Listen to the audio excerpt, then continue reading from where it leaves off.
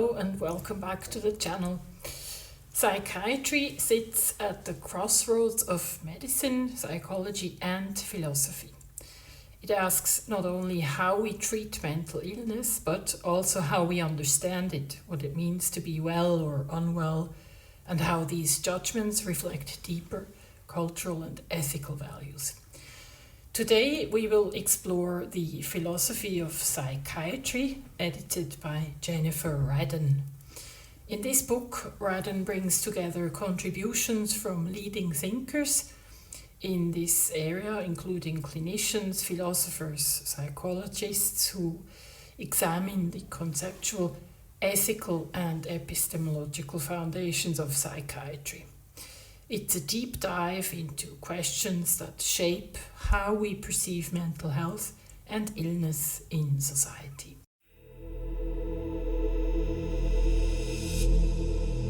Jennifer Radden is an emeritus professor at the University of Massachusetts in Boston.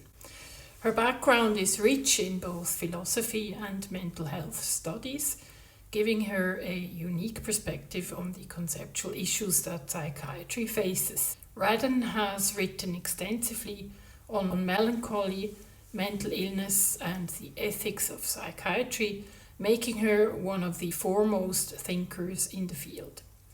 In the Philosophy of Psychiatry, Radden has curated a collection of essays that bring together her expertise along with the insights of other leading scholars, making this book both academic and accessible.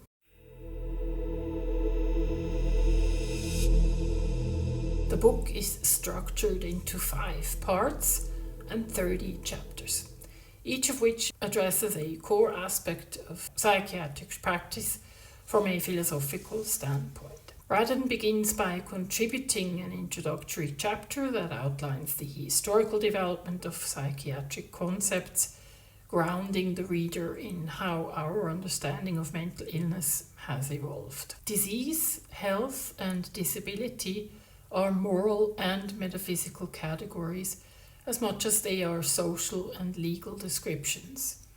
Conceptions of rationality, personhood, and autonomy, the preeminent philosophical ideas and ideals grounding modern-day liberal and humanistic society such as ours, also frame our understanding of mental disorder and rationales for its social, clinical, and legal treatment. The subsequent chapters, authored by various experts in the field, discuss the conceptual and epistemological challenges that psychiatry faces today, particularly how we define and categorize mental disorders. The latter part of the book delves into the ethical implications of psychiatric practice, including the potential for stigma and the role of patient autonomy. Finally, the book explores how cultural and societal values influence our understanding of what constitutes mental health and illness. Each section provides a thorough examination of the philosophical questions that underpin psychiatric theory and practice. Each chapter is complemented by ample resources for further reading.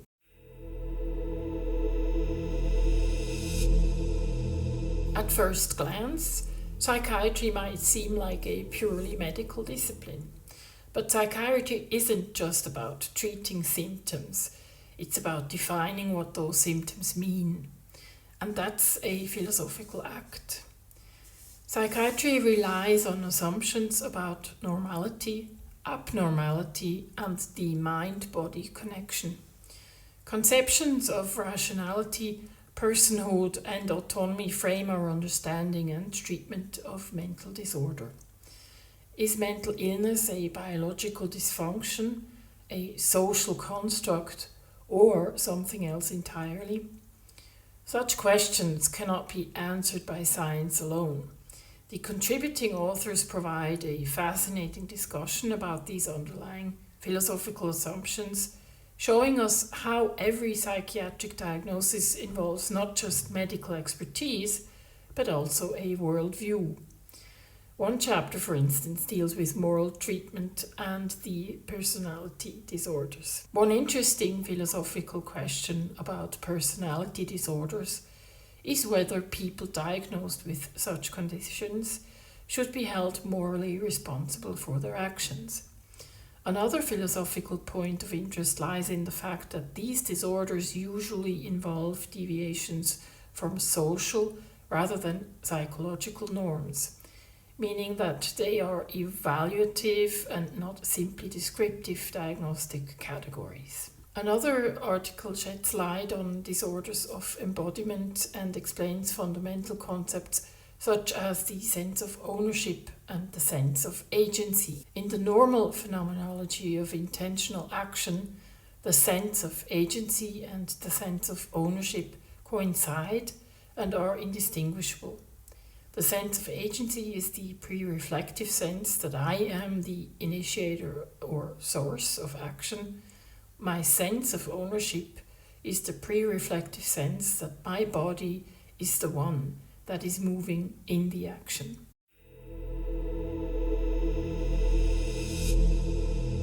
One of the central themes of the philosophy of psychiatry is the tension between objectivity and subjectivity.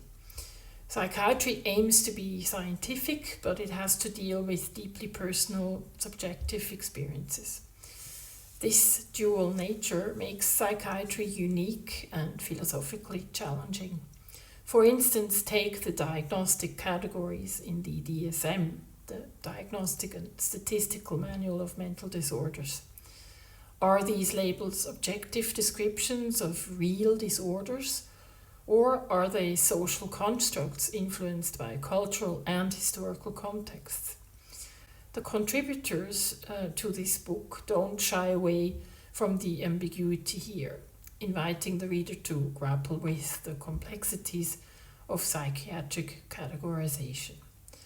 A plethora of topics is being covered, from ethical issues in diagnosing children to the analysis of the concept of diagnosis itself. You will be able to learn as much about psychiatry's key concepts as about pathologies.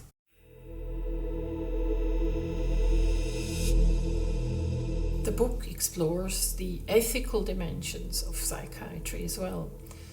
When we label someone as mentally ill, we're not just describing a condition, we're assigning a social identity that can empower or stigmatize. Several contributors delve into the ethical tightrope that practitioners must walk. How should we balance the need to treat with respect for the patient's autonomy? What happens when a person's values conflict with the norms embedded in psychiatric practice?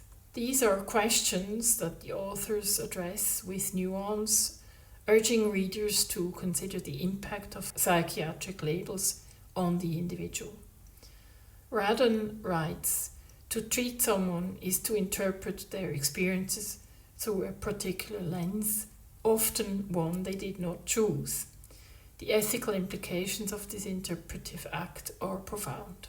This insight is particularly impactful as it highlights the need for humility and caution in psychiatric practice.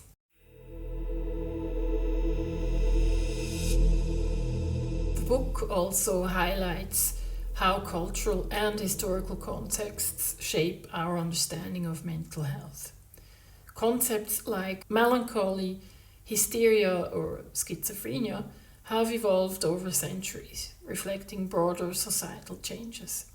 Several chapters trace these evolutions to demonstrate that our definitions of mental illness are far from static. One interesting section of the book discusses the changing nature of melancholy.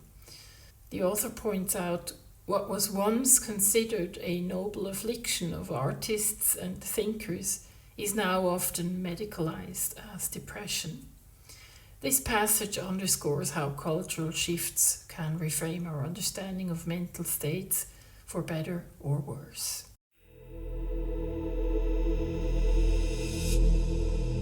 So, why should we care about the philosophy of psychiatry?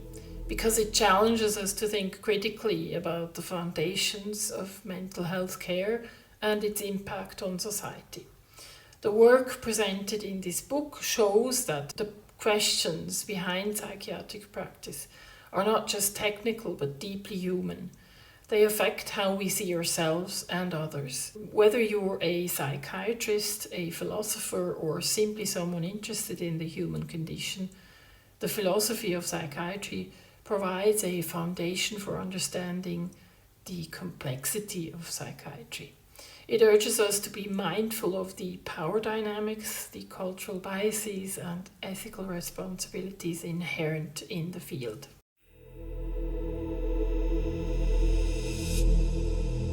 This book is a comprehensive resource of original essays by leading thinkers.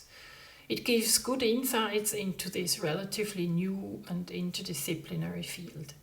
I found it to be a rewarding read that doesn't shy away from difficult questions. Some contributors are not quite as accessible as others, but the book will leave you with a deeper understanding and appreciation for the work of psychiatry. If you found this video helpful, consider liking or subscribing. That was it for today. Thank you for watching, and I'll see you in my next video. Bye-bye.